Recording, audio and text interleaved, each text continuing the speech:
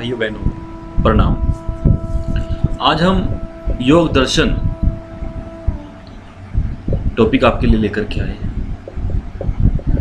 योग दर्शन में 4 अध्याय हैं जिनको हम पाद बोलते हैं: समाधिपाद, साधनपाद, विभूतिपाद और कैवल्यपाद। इसका समाधिपाद हम आज करेंगे, बहुत ध्यान से समझिएगा। तो चलिए शुरू करते हैं। श्री पुष्टि योगशाला हमारे YouTube चैनल में आपका स्वागत है।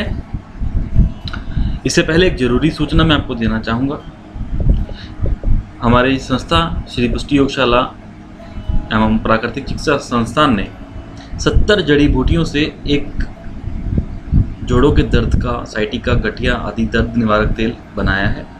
ये बहुत ही इफेक्टिव है। इसका हमने प्रैक्टिकली जांच के देखा है, तो इसका बड़ा इफेक्ट आ रहा है कि आप इसे मंगा सकते हैं। इसी तरह से हेयर ऑयल हमने बनाया है, इसमें टी ट्री ऑयल भी डाला है और भी बहुत सारी ताज़ी जड़ी बूटियाँ हमने जिस नहीं में भी ताज़ी मिल सकती थी वो डाली। 30 जड़ी बूटियाँ इसमें हमने डाली हैं और इसका बड़ा अच्छा इफेक्ट आ रहा है। तो वो मैंने सोचा कि आपको भी इस बात को शेयर करूं। अगर आप चाहें तो इसको प्राप्त कर सकते हैं। चलिए खैर, अब ये बात करते हैं हम योग दर्शन की। योग दर्शन को समझने के लिए हमें इस बिंदु को समझना होगा कि योग दर्शन है क्या। योग दर्शन द्वितीय शताब्दी में बना था। महर्षि पतंजलि इसके लेखक हैं। इसमें 4 अध्याय हैं: समाधिपाद, साधनपाद, विभूतिपाद और कैवल्यपाद। इसमें कुल 195 सूत्र हैं। समाधिपाद में 51, साधनपाद में 55, विभूतिपाद में 55 और कैवल्यपाद में 34। अब एक क्वेश्चन इसमें आ सकता है कि योग दर्शन सांख्य का कौन सा पक्ष प्रस्तुत करता है। तो ये क्रियात्मक पक्ष प्रस्तुत करता है, इसको आप ध्यान में रखिएगा। समाधिपाद पर आते हैं। इसमें 51 सूत्र हैं, जैसा कि मैंने पहले बताया। अब समाधिपाद को समझने से पहले इसमें चित्त को समझना बहुत जरूरी है कि चित्त क्या है। देखिए, चित्त जो है वो प्रकृति का सात्विक परिणाम है, लेकिन इसमें विषय डालने के बाद वृत्तियां उत्पन्न हुई और वृत्तियों के कारण ये त्रिगुणात्मक हो गया। अब चित्त है क्या? चित्त एक शांत सरोवर है, बिल्कुल शांत सरोवर। इसमें विषय रूपी पत्थर जब डाले जाते हैं तो लहरें रूपी वृत्तियां उत्पन्न होती हैं और इन वृत्तियों के कारण चित्त का बिगड़ा रूप है त्रिगुणात्मक रूप, वो आपके सामने है। योग सूत्र इस चित्त के त्रिगुणात्मक रूप को वापस सात्विक परिणाम प्राप्त कराने पर जोड़ देता है। योग दर्शन के अनुसार अगर चित्त वापस सात्विक परिणाम को प्राप्त होगा तो समाधि को प्राप्त हो सकता है। देखिए, चित्त बिगाड़ा हमने और सुधारने के लिए ये साधन हमें अब अपनाने पड़ रहे हैं। तो आइए इसको आप ध्यान से समझने का प्रयत्न करते हैं। इसमें समाधिपाद में हम पढ़ेंगे 11 बिंदु, जिसमें से एक हम पढ़ चुके कि चित्त का स्वरूप क्या है। उम्मीद करता हूं कि आपको समझ में आया होगा। इसके बाद चित्त की भूमियां, चित्त की वृत्ति और वृत्तियों के निरोध के उपाय, अभ्यास वैराग्य के लक्षण, समाधि के प्रकार, ईश्वर का स्वरूप और विघ्न, उपविघ्न, विघ्नों के नाश के उपाय और चित्त निर्मल करने का उपाय। ये 11 पॉइंट्स हम धीरे से समझने का प्रयास करेंगे।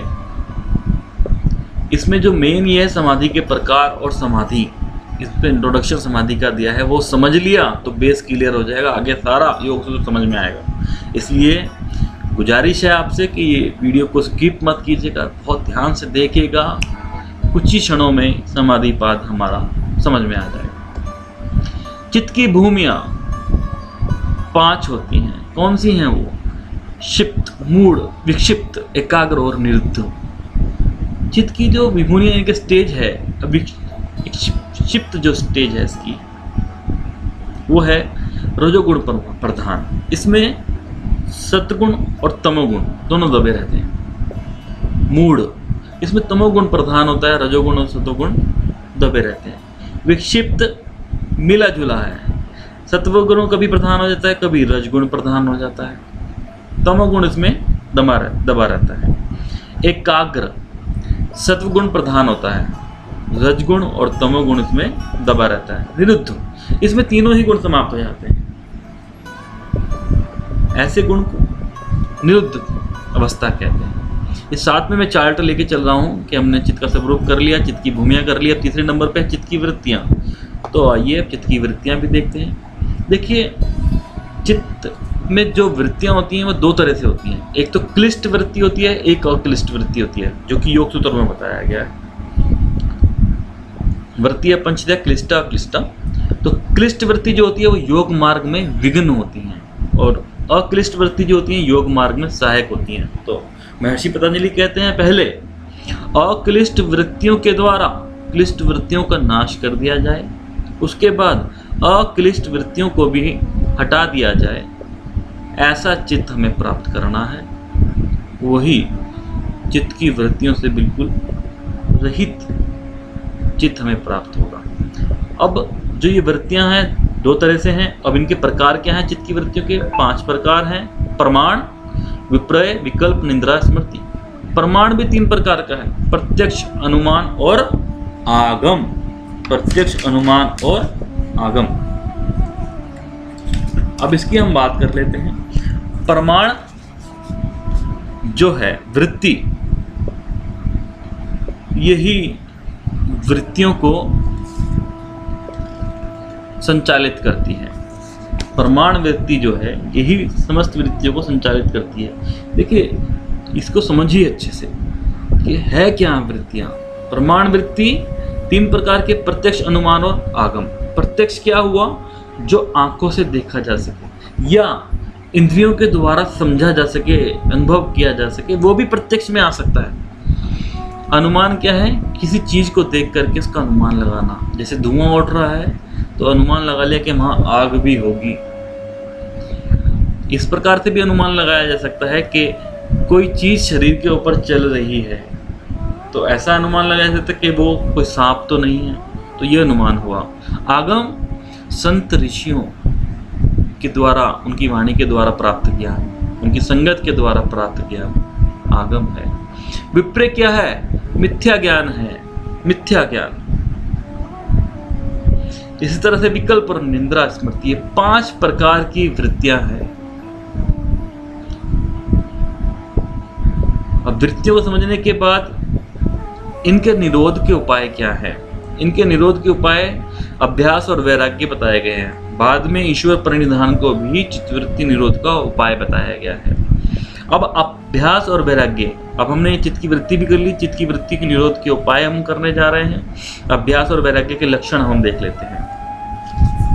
अभ्यास, अभ्यास क्या है? चित्त को निर्मल करने के लिए प्रयत्न करना, यह अभ्यास है। यानी कि चित्त की स्थिरता को प्राप्त करने के लिए प्रयत्न करना, यह अभ्यास है। पहले अध्याय के 13वें श्लोक में बताया गया है। अब वैराग्य क्या है? भोगों से चित्त को हटाना, ये वैराग्य है। भोग विलास से चित्त को हटा लेना, ये वैराग्य है। अब वैराग्य 2 प्रकार का है, अपर वैराग्य और पर वैराग्य। अपर वैराग्य को वशीकार अवस्था भी कहते हैं, ये नोट कर लीजिए, वशीकार अवस्था भी कहते हैं, ये आ सकता है क्वेश्चन। अब अपर वैराग्य है क्या? देखे और सुने हुए भोगों से जब चित्त भली भांति हट जाता है तो इस अवस्था को अपर वैराग्य कहते हैं। भाई देखो, जो भोग हैं उनसे जब चित्त हट जाता है तो उसे अपर वैराग्य कहते हैं।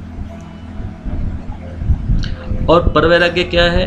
जब परमात्मा में दृष्टा की स्थिति हो जाती है, परमात्मा में आत्मा का मिलन हो जाता है, तो उस समय प्रकृति के गुण हैं उसमें भी इच्छा नहीं रहती उनको भोगने की, तो वो स्थिति पर वैराग्य कहलाती है। तो ये अपर वैराग्य हुआ और ये पर वैराग्य हुआ। पर वैराग्य सूक्ष्म चीज है, अपर वैराग्य स्टार्टिंग की स्टेज है, उसके बाद पर वैराग्य प्राप्त होता है। ईश्वर का स्वरूप इसमें बताया गया है। 7वां पॉइंट जो हमारा, देखिए हम कितनी जल्दी 7वें पॉइंट पर भी आ गए।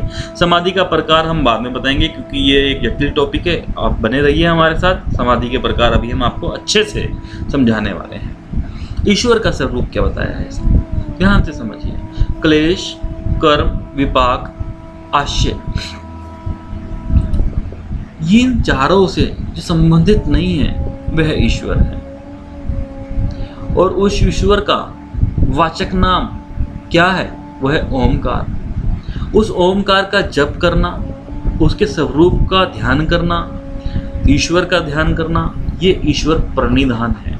और ईश्वर प्रणिधान निर्बीज समाधि का उपाय है, यानी कि ईश्वर की उपासना करते करते भी निर्बीज समाधि को प्राप्त किया जा सकता है, ये बताया गया है। तो उसको आप समझने का प्रयत्न कीजिए। आ सकता है क्वेश्चन, निर्बीज समाधि का उपाय क्या है? वो ईश्वर प्रणिधान है, वहाँ कंफ्यूज मत होना।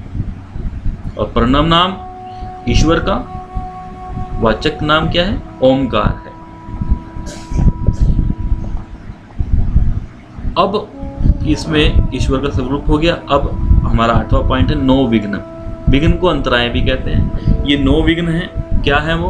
व्याधि, स्त्यान, संशय, प्रमाद, आलस्य, अविरति, भ्रांति दर्शन, अलब्ध भूमिकत्व, अनवस्थित तत्व। अब आप इनको नोट कर लीजिए। व्याधि क्या है? जो शारीरिक रोग होते हैं, मानसिक रोग होते हैं, ये व्याधियों में आते हैं। स्त्यान क्या है? साधनों में प्रवृत्ति ना होने का स्वभाव, ये स्त्यान है। संशय क्या है? अपनी शक्ति पर संशय करना या योग के फल पर संशय करना। अपनी शक्ति पर संशय करना मीन्स कि मैं मेरे अंदर क्या इतनी सामर्थ्य है कि मैं इस लक्ष्य को प्राप्त कर लूंगा, इस पर संशय करना। पता नहीं कर पाऊंगा या नहीं कर पाऊंगा, ये संशय है। प्रमाद क्या है? बेपरवाही, कार्य करने में बेपरवाही करना, मतलब उसमें कोई रुचि ना रखना। आप कोई कार्य कर रहे हो और आपका ध्यान है ही नहीं इस कार्य में, तो ये बेपरवाही है। जिस तरह से आप ये मेरी वीडियो को सुन रहे हो परंतु आपका बातें भी साथ में कर रहे हो और उसको ध्यान से नहीं समझ रहे, तो ये बेपरवाही हो जाती है। आलस्य क्या है? तमोगुण की अधिकता से चित्त और शरीर में भारी हो जाना, मतलब चित्त और शरीर में इतना भारीपन हो जाना कि आप कोई काम करने के लिए एक्टिव ही नहीं है, वो आलस्य है। अविरति क्या है? अविरति है वैराग्य का भाव। ये देखिए, इसको समझिए। अविरति, वैराग्य का भाव क्या हुआ कि कोई भी काम में आप एकाग्रता नहीं दिखा रहे हैं। कोई भी काम अगर योगी कर रहा है उसमें कोई एकाग्रता नहीं है, उसका ध्यान भटक रहा है, तो वो वैराग्य का भाव। भ्रांति दर्शन क्या है? मिथ्या ज्ञान है। अपने लक्ष्य की ओर का जो ज्ञान है उसको, गलत ज्ञान को समझना, ये भ्रांति दर्शन है। ऐसे ही अलब्ध भूमिकत्व है, साधन करने पर भी योग की भूमियों में स्थिति के प्राप्त ना होना। और अनवस्थित तत्व क्या है? योग साधन से किसी भूमि में चित्त की स्थिति होने पर भी उसका न ठहरना, ये अनवस्थित तत्व है। तो ये अंतराय 9 हो गई। इसके बाद उपविघ्न भी हैं 5। इसको विक्षेप सहभू भी कहते हैं, इसको नोट कर लीजिए। उपविघ्न को विक्षेप सहभू भी कहते हैं।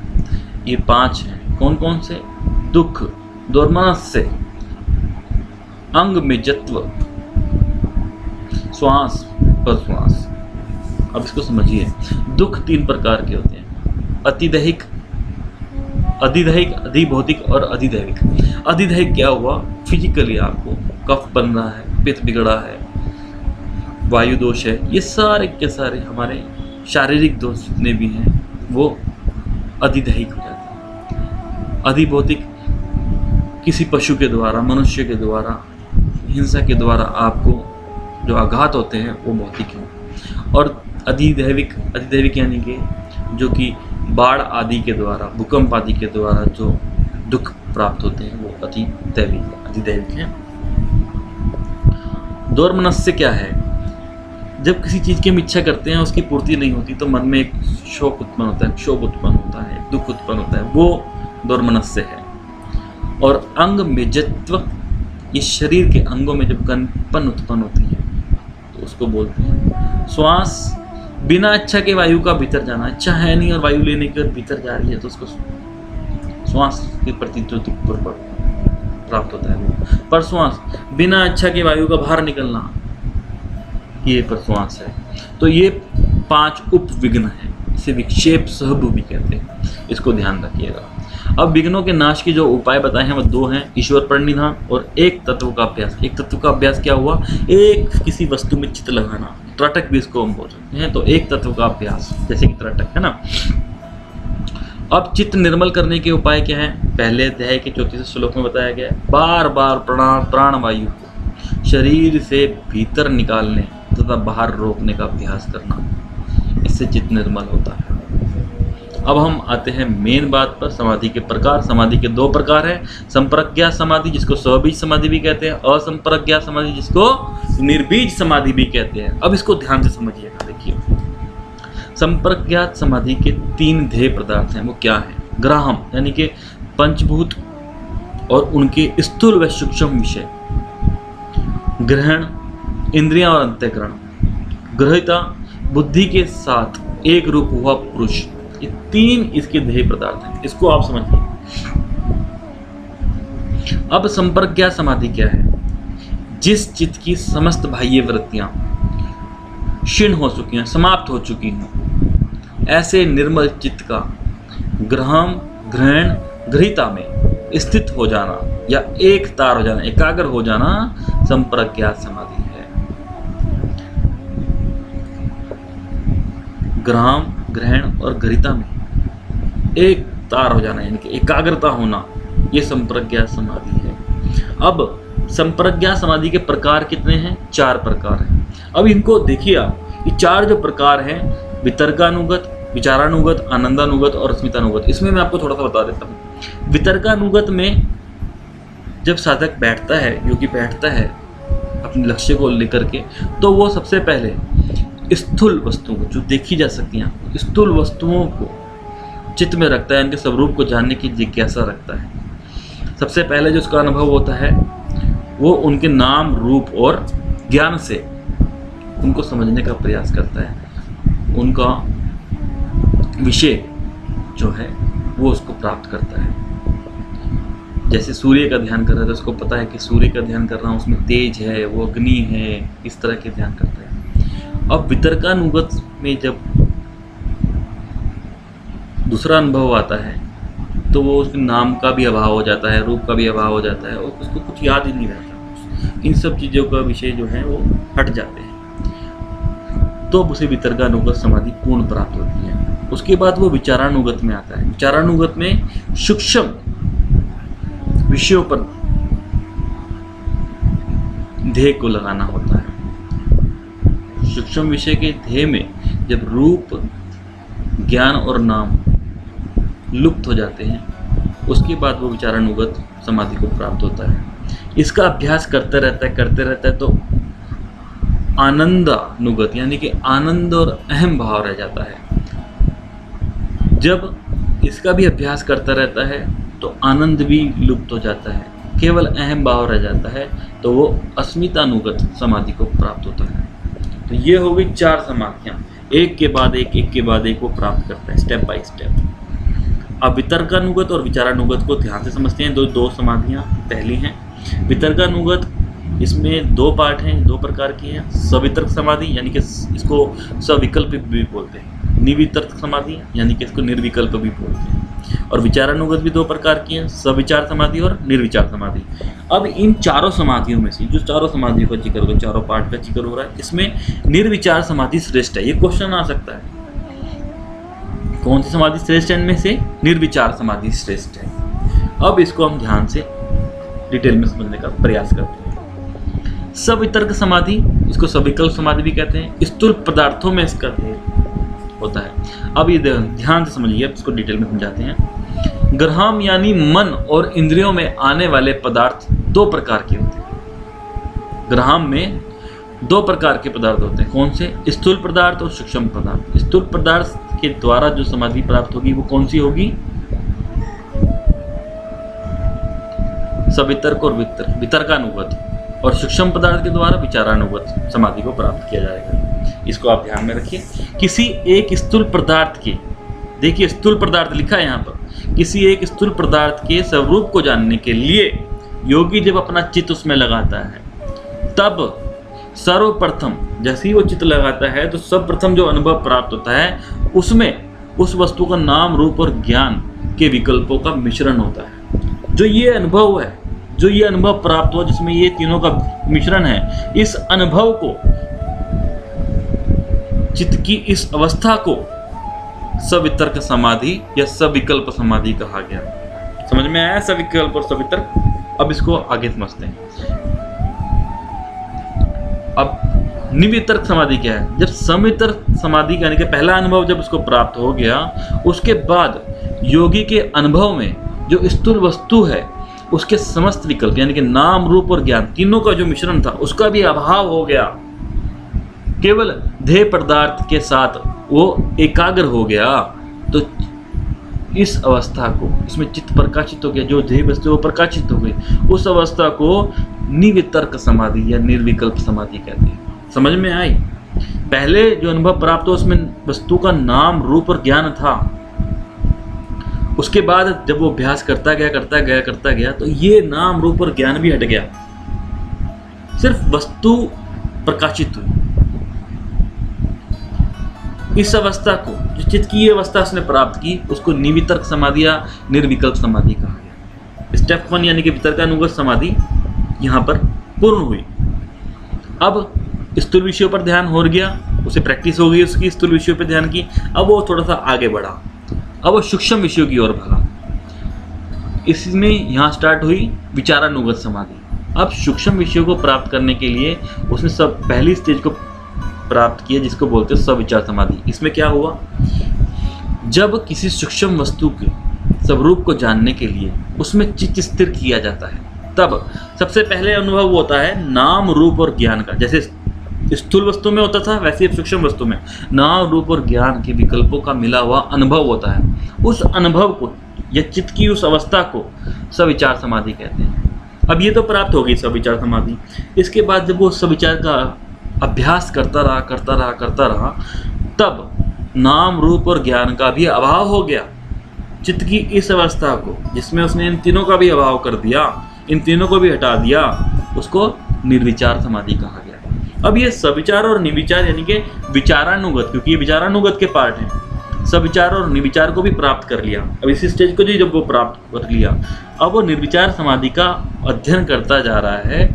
तब ये तो हट गए नाम, रूप और ज्ञान, उस वस्तु का प्रकाश रह गया था, तो वो भी हटता चला गया। सिर्फ अब उसको ध्यान में आनंद और अहम भाव ही रहा कि मैं हूँ और ये वस्तु है और इसका आनंद है।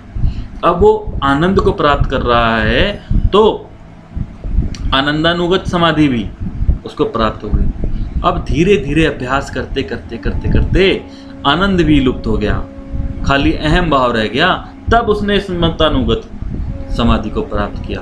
तो यहाँ तक संपर्क ज्ञात समाधि को प्राप्त कर चुका है। जब वो इस स्टेज पर आ गया, चौथी स्टेज पर, तब वो संपर्क ज्ञात समाधि तक पहुँच गया। अभी असंपर्क ज्ञात बाकी है। अभी उसने संपर्क ज्ञात समाधि को 4 स्टेप में प्राप्त किया। अब हम इस पे बात कर रहे थे, ये निर्विचार समाधि प्राप्त कर ली। अब निर्विचार समाधि उपरोक्त चारों में श्रेष्ठ है, ये मैं आपको बता चुका हूँ। जो विचारानुगत और वितर्कानुगत समाधि के 4 पार्ट हैं, उनमें श्रेष्ठ कौन सी है? निर्विचार समाधि। अब निर्विचार समाधि के अत्यंत निर्मल हो जाने पर, जब ये आपने स्मितानुगत समाधि प्राप्त कर लिया, यानी कि जब अत्यंत निर्मल हो गई निर्विचार समाधि, इसका अभ्यास करते करते, तब अध्यात्म प्रसाद की प्राप्ति होती है। ये क्वेश्चन आ सकता है आपके पास, निर्विचार समाधि के अत्यंत निर्मल हो जाने पर किसकी प्राप्ति होती है? अध्यात्म प्रसाद की प्राप्ति होती है। तब अध्यात्म प्राप्ति की प्राप्ति जब होती है इस प्रसाद की, इसमें क्या प्राप्त होता है? उसमें योगी की जो बुद्धि है वो बिल्कुल निर्मल हो जाती है, बिल्कुल निर्मल हो जाती है, और एक ही रस में रहती है, एक ही रस में रहती है, ना आनंद ना भोग, कुछ नहीं। तो उस अवस्था को, जब उसकी बुद्धि बिल्कुल निर्मल हो जाती है, उस अवस्था को ऋतंबरा कहते हैं। ऋतंबरा कैसे कहते हैं? जब चित्त बिल्कुल निर्मल हो जाता है, अत्यंत निर्मल हो जाता है, उसे ऋतंबरा कहते हैं। ऋतंबरा का जो मतलब है, शाब्दिक अर्थ है, वो है सदा एक रस में रहने वाली सात्विक बुद्धि। सदा एक रस में रहने वाली सात्विक बुद्धि।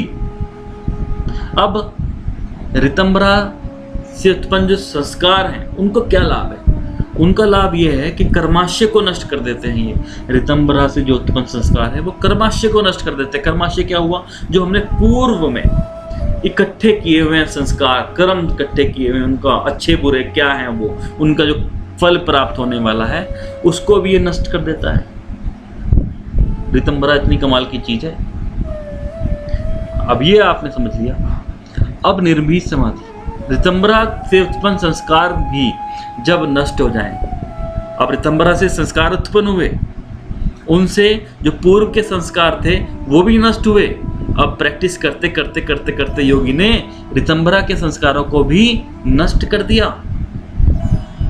उस वक्त उसे निर्बीज समाधि प्राप्त हुई। इसी को कैवल्यावस्था कहते हैं। तो ये इंट्रोडक्शन था कि कैवल्यावस्था है क्या। दिखाया पतंजलि जी ने कि भाई कैवल्यावस्था ये है जो तुम प्राप्त करने जा रहे हो। अच्छा हुआ उन्होंने समाधि पाद में सब कुछ बता दिया, ताकि नहीं तो फिर लोग समझते कि मुझे क्या समाधि प्राप्त करके मिलेगा, भ्रांति आ सकती थी। इसलिए उन्होंने बता दिया कि यहाँ पे आपको कैवल्यावस्था इस तरह से प्राप्त होगी। आपको ऋतंभरा को प्राप्त करना है, संस्कारों को दूर करना है जो इससे प्राप्त हुए, उसके बाद निर्बीज समाधि यानी कैवल्यावस्था आपको प्राप्त हो जाएगी। तो इतना सुंदर वर्णन महर्षि पतंजलि ने समाधि पाद में किया। उम्मीद है यह आपको समझ में आया होगा। इसको आप 2-3 बार देखेंगे तो समझ में आ जाएगा। इसको नोट डाउन कर लीजिएगा, इससे क्वेश्चन बहुत बनते हैं। इसके बाद हम साधन पाद करेंगे। 1-2 दिन में मैं आपको एक वीडियो दे दूंगा साधन पाद की भी। आप अच्छे से तैयारी करें, ये हमारी शुभकामना आपके साथ है। अगर हमारी वीडियो आपको समझ में आई हो तो लाइक कीजिएगा, कुछ समझ में नहीं आया तो कमेंट कीजिएगा, हम आपको समझाने का प्रयत्न करेंगे। धन्यवाद।